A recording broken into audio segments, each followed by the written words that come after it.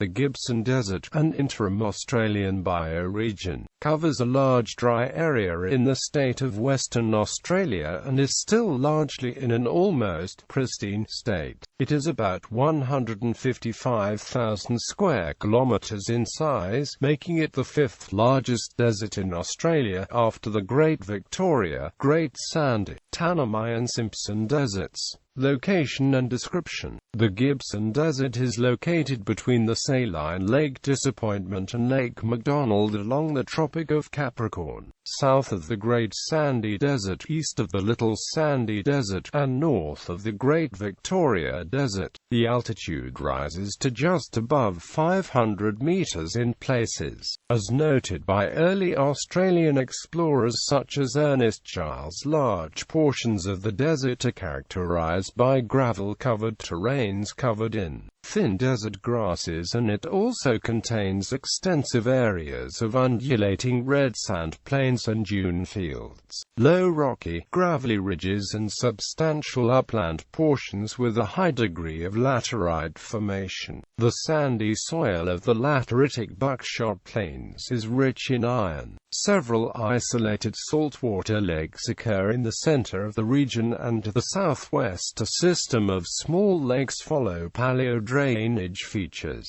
Groundwater sources include portions of the Officer Basin and Canning Basin. Rainfall in the Gibson Desert ranges from 200 mm to 250 mm annually, while evaporation rates are in the range of 3,600 mm per year.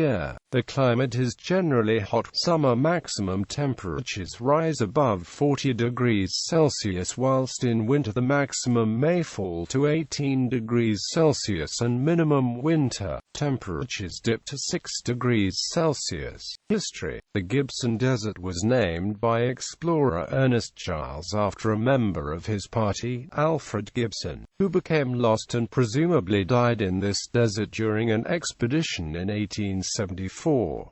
Indigenous habitation. In much of the region, especially the dry western portion, the majority of people living in the area are Indigenous Australians. In 1984, due to a severe drought which had dried up all of the springs and depleted the bush foods, a group of the Pinchupi people who were living a traditional semi-nomadic desert-dwelling life walked out of a remote wilderness in the central eastern portion of the Gibson Desert and made contact for the first time with Australian society. They are believed to have been perhaps the last uncontacted tribe in Australia. On the eastern margin of the region, population centres include Warburton, Mantamaroo and Warrakoona. Young Indigenous adults from the Gibson Desert region work in the Wilurara creative programs to maintain and develop the culture.